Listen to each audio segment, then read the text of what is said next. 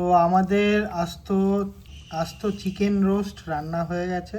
তো তোমরা কিভাবে রান্না করতে হয় পুরো ভিডিওটা দেখো, আর যদি ভালো লাগে সবার সঙ্গে শেয়ার করো। আস্ত মুরগির রোস্ট আজকে আমরা রান্না করব, এবং কিভাবে রান্না হয় আর পুরো আস্ত মুরগিটা কিভাবে খাবো সেটাই আজকের ভিডিও। তো সর্বপ্রথম আমরা এই পুরো আস্ত মুরগিটা কেটে নিয়েছি, ভেতর থেকে সমস্ত কিছু বের করে নিয়ে এবার এটাকে ম্যারিনেশন করার আগে কাট দেব। তো আমরা একটু কাট দিয়ে নিই।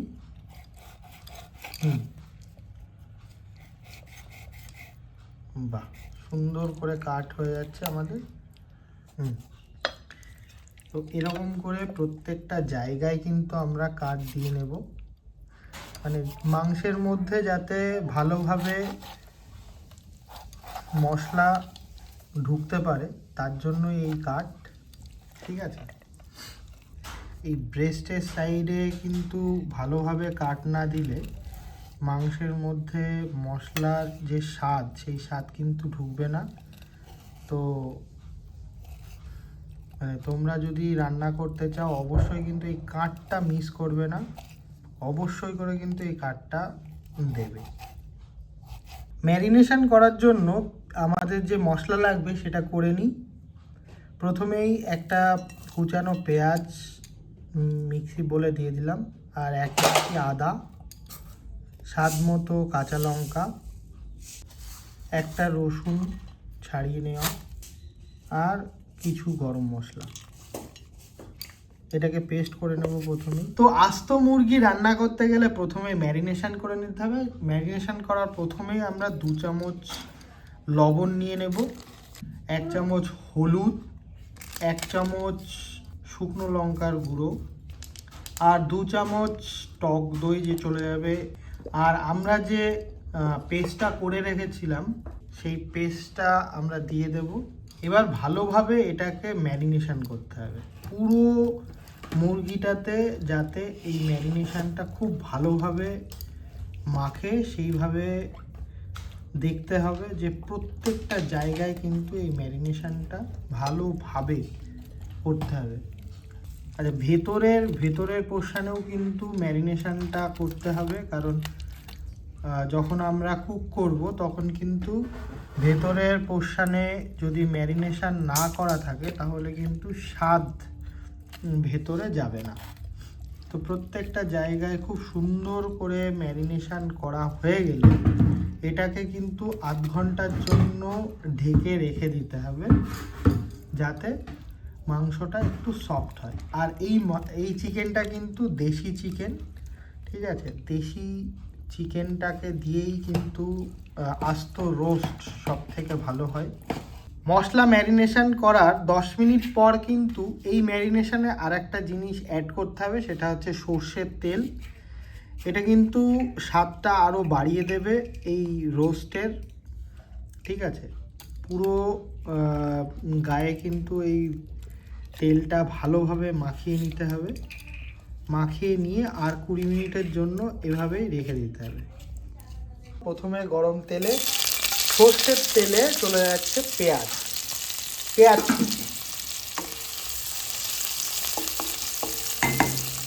আর এই পেঁয়াজ কুচির মধ্যে হালকা একটু লবণ, সামান্য হালকা একটু হলুদ চলে যাবে।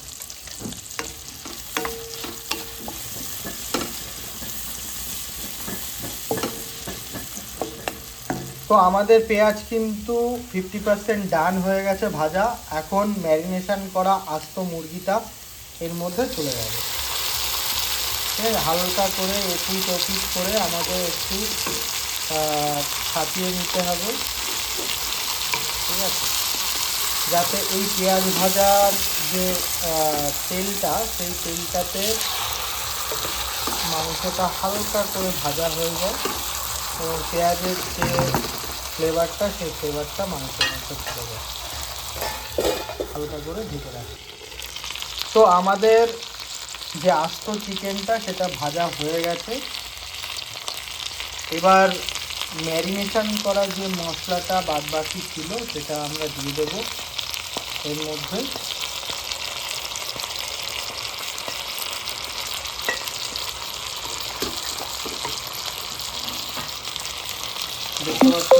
সমস্ত জায়গাটাই কিন্তু খুব সুন্দরভাবে ফ্রাই হয়ে গেছে। এবার কিন্তু এটাকে সেদ্ধ করার জন্য আমাদের জল দিয়ে দিতে হবে, ঠিক আছে? তো জল দিয়ে দিচ্ছি আমরা এখানে 1 মগ জল দিয়ে এটাতে 1 মগ জল দিয়ে দেব, ঠিক আছে? জল দিয়ে এটাকে সেদ্ধ করার জন্য আমরা 10 মিনিটের জন্য ঢাকা দেব। তো 10 মিনিট হয়ে গেছে আমাদের। 10 মিনিট পর ঢাকনা খুলে 10 মিনিট হয়ে গেছে। 10 মিনিট পর ঢাকনা খুলে দেখতেই পাচ্ছ কতটা সুন্দর এপাশ ওপাশ করে একটু এটাকে কুক করতে হবে। পোলট্রি মুরগিতে যেরকম মানে একদম ছাড়িয়ে যায় মাংস, কিন্তু এটা কিন্তু তা হবে না, কারণ এটা দেশি মুরগি। তো এইভাবেই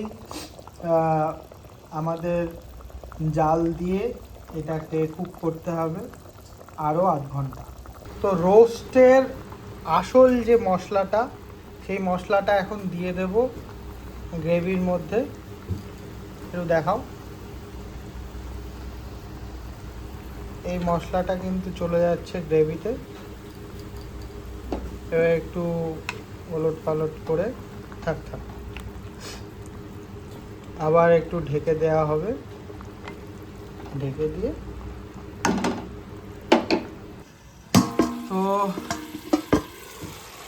8 ঘন্টা পরে কিন্তু দেখতেই পাচ্ছ একদম যে ঝোলটা ছিল সেই ঝোলটা একদম কষিয়ে এসছে একদম শেষের পর্যায়ে, এবং আমাদের রান্না কিন্তু কমপ্লিট। আস্ত চিকেন রোস্ট। তো চিকেন রোস্ট কীভাবে রান্না করতে হয় সেটা তোমাদের দেখিয়েছি, আর এই আজকে দেখালাম আস্ত চিকেন রোস্ট কীভাবে রান্না করতে হয়। এরকমই ভালো ভালো রান্নার ভিডিও দেখতে হলে কিন্তু আমাদের সঙ্গে থাকতে হবে, আমাদের পাশে থেকে আমাদের মোটিভেট করো, যাতে এরকম ভালো ভালো ভিডিও তোমাদের সঙ্গে শেয়ার করতে পারি।